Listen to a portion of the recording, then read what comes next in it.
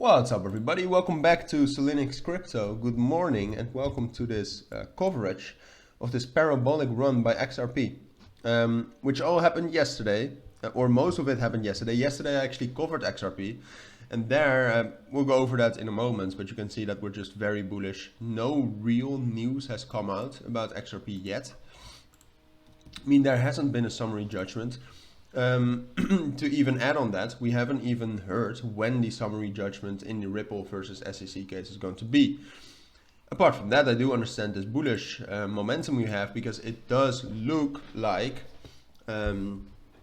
Ripple is winning the case. But you have to be careful with that, obviously, because you have to acknowledge that we are kind of biased, right?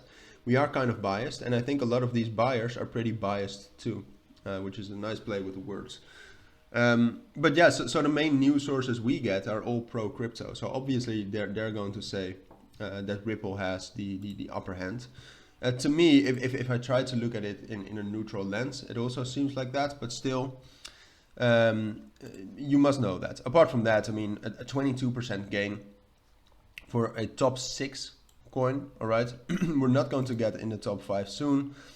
Apart from that, a 7 billion market, 7 billion volume over the last 24 hours. That's amazing, 26%. So the statistics are all amazing. And this also shows the great community that XRP has, all right? Don't get it wrong. When I started in crypto back in 2017, XRP was number 2, number 3, all right? It was a huge crypto. Now it's number 6. It's a little bit older. It's one of the oldest cryptos out there. But it's still very strong. Here, 2013.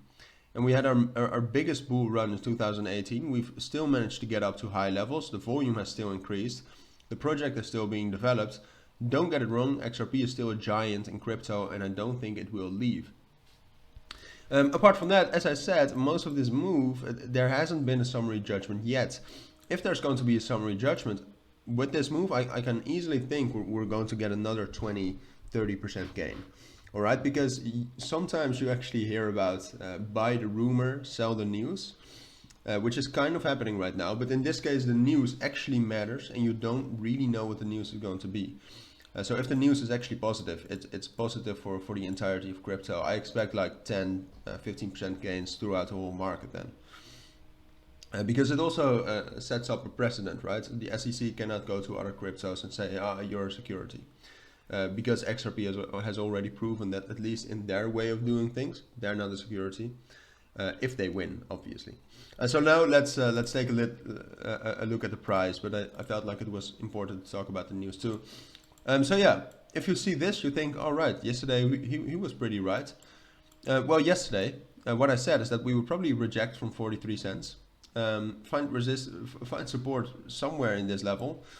And then get towards 45 and 47 cents, which we did. You can see a very slight resistance there, but in the end, we actually managed to break above that. And I did think we would be able to do that, but I'm just going to be 100% honest with you. I thought this was for a little bit more of the longer term, all right, for the next week. We managed to do that in a day, so I was wrong. I have been wrong quite a lot of times about XRP. I'm still trying to do my best, but it's just been very volatile. All right, we've had an interest rate. There's a lot of news going on around XRP. It's just difficult. I'm going to admit that it's pretty difficult. And if you don't like to see these analysis anymore, just let me know.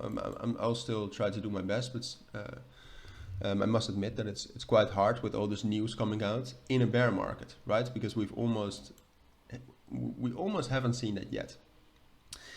So apart from that, I mean, I did expect, the main thing was what I explained yesterday, is breaking above 47 cents is the main catalyst, and then you have some resistance at 50 cents, which we also found, and then our major resistance is right here at 43, 44, where we did find resistance. So I think that was pretty accurate. But now the question obviously is can we get higher?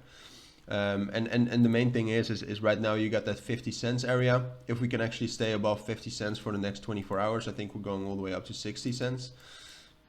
And then from there, we'll have to see again. 60 cents really is the next resistance level. And after that, I mean, what do you have? You have 65, and then you have around 70, and then you have 75. Those are all the major resistance levels coming up. I think that if we actually get that judgment and it's actually positive, we can get to 70 cents easily. But that is for the long term, hopefully. Otherwise, I'm wrong again.